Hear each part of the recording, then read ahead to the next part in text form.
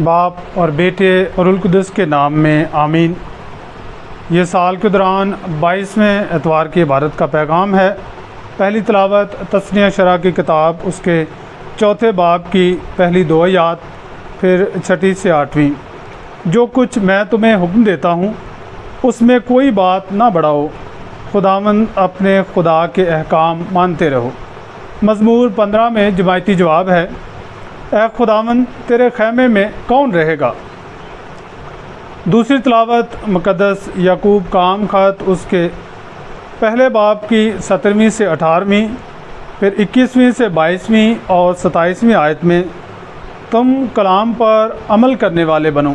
नारा हम्द है, खुदा ने अपने इरादे से हमें अपने बच्चे बनाया ताकि हक़ के कलाम के वसीला से हम उसकी मखलूक का एक तरह से पहला फल हों। अंजील मुक़द्दस बामुताबिक मुक़द्दस मरकज़ उसके 7वें बाब की पहली 8 आयत, फिर 14वीं से 15वीं और 21वीं से 23वीं आयत तक। तुम खुदा के हुक्म अदूल करते हो ताकि आदमियों की रवायत कायम रखो। मेरे दो 5 हफ़्तों के एक बड़े गैप की, क्योंकि ये जो साल भी है ये मुक़द्दस मरकज़ की अंजील का साल है, मगर इसमें गाहे बगाहे मुक़द्दस यूहन्ना की अंजील में से भी तिलावत की जाती है। और मुक़द्दस यूहन्ना की अंजील के 6 बाब में 5 हफ़्ते गुजारने के बाद एक बार फिर हम मुक़द्दस मरकज़ की तरफ वापस आए हैं। मुक़द्दस मरकज़ के 7वें बाब में और 8वें बाब में ही जो ये खुदावंद यीशु मसीह की गलील की मिशन है वो ख़त्म हो जाती है, और उसके बाद खुदावंद यीशु मसीह के यरूशलेम की तरफ सफ़र की बात शुरू होती है। तो यहाँ पर यरूशलेम से लोग आए हुए हैं और उनके साथ खुदावंद यीशु मसीह की बातचीत है। आज का कलाम जो है वो एक तरफ खुदा के अहकाम की बात करता है और दूसरी तरफ जो है वो इंसान उनको अमल में कैसे लाता है और कैसे समझता है खुदा के अहकाम को। और इसके बारे में आज की पहली तिलावत जो है उसमें हमें ये पता चलता है कि खुदा कहता है कि तुम मेरे हुक्मों को मानो, उनको अमल में लाओ और उनमें किसी चीज़ का इजाफा ना करो, बढ़ाओ ना। दुनियावी तौर पर इल्म दिन ब दिन बढ़ता जा रहा है। हर तरफ हम देखते हैं कि इंसानी इल्म में इजाफा होता जा रहा है और इंसान जो है उनमें से बहुत सारी चीज़ों को अपने लिए अपनाता है। जैसे मेडिकल साइंस की तरक्की के बाद बहुत सारी चीज़ें हैं, बहुत सारे परहेज़ हैं, बहुत सारे नई अद्वियात और चीज़ें हैं जो हम इस्तेमाल करते हैं, मगर इनका ताल्लुक़ जो है इंसानी ज़िंदगी के साथ है, इंसानी ज़िंदगी की बेहतरी के साथ है।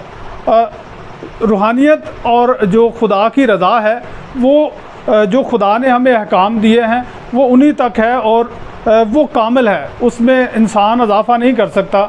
खुदा ही इंसान को हिकमत अता करता है कि वो उसकी राहों पर चले।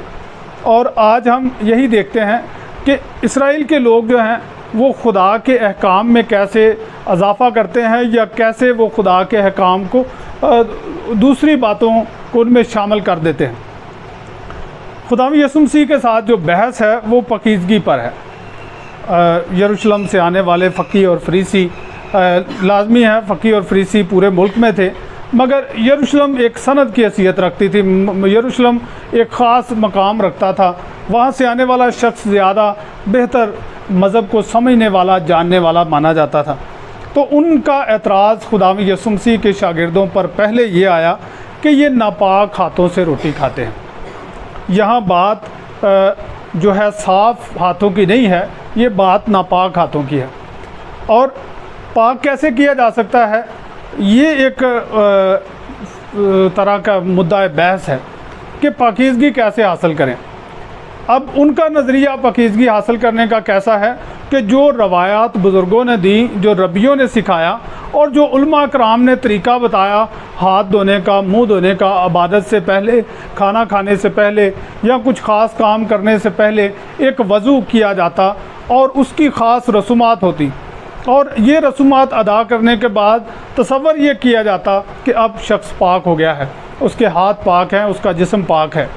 और यहाँ पर ही इख्तलाफ है कि खुदावंद यीशु मसीह उन्हें कहते हैं कि ये पाकीज़गी नहीं है जो तुम जिसे पाक कहते हो, क्योंकि पाक का तल्लुक़ खुदा के साथ है।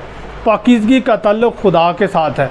इंसान की जो पर्सनल हाइजीन है, इंसान अपने आप को साफ़ सुथरा रखता है।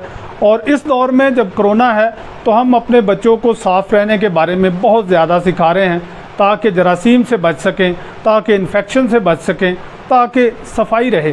तो ये सफाई जो है ये इंसान को दुनियावी मामलात में, ज़मीन पर रहने वाले मामलात में मददगार है, मगर ये इलाही मामलात को और खुदा की कुर्बत में जाने के लिए जो है ये काफ़ी नहीं है। ये अच्छा है मगर ये काफ़ी नहीं है। मेरे जो कई बार हम जब शादी पर जाते हैं या कहीं पर हम तैयार होकर जा रहे होते हैं तो हम किसी से पूछते हैं कि क्या मैं ठीक लग रहा हूँ, और इसका मतलब ये है कि कहीं कमी रह गई है तो एक निगाह हो जाए ताकि मैं अच्छे तरीके से जा सकूं।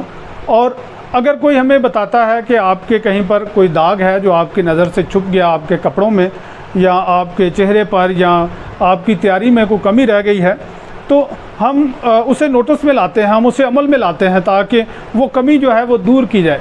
खुदावंद यीशु मसीह भी उनकी कमी को उन्हें बताते हैं कि जो तैयारी तुम कर रहे हो, जो तुम खुदा के लिए तैयार कर रहे हो, जो ख़ुद को पाक कर रहे हो, ये काफ़ी नहीं है। इससे बढ़कर इंसान को जो है वो अंदरूनी तौर पर पाक होना है। दुनिया में जितनी भी अच्छी चीज़ें बनी हैं वो इंसान की सोच की वजह से बनी हैं, और दुनिया में जितनी भी बुराई है वो भी सोच की वजह से है। जब इंसान बुरा सोचता है तो फिर बुरा अमल आता है। और खुदावंद यीशु मसीह ने कहा कि जो बुरे इरादे हैं वो नापाकी की वजह बन रहे हैं। जो बाहर से चीज़ अंदर जाती है, जो हम खाना खाते हैं, वो हमें नापाक नहीं करती। अगर हम बिन धुले हाथों से खाना खाते हैं या अच्छे तरीके से बर्तन साफ़ करके नहीं खाते तो बीमारी लग सकती है।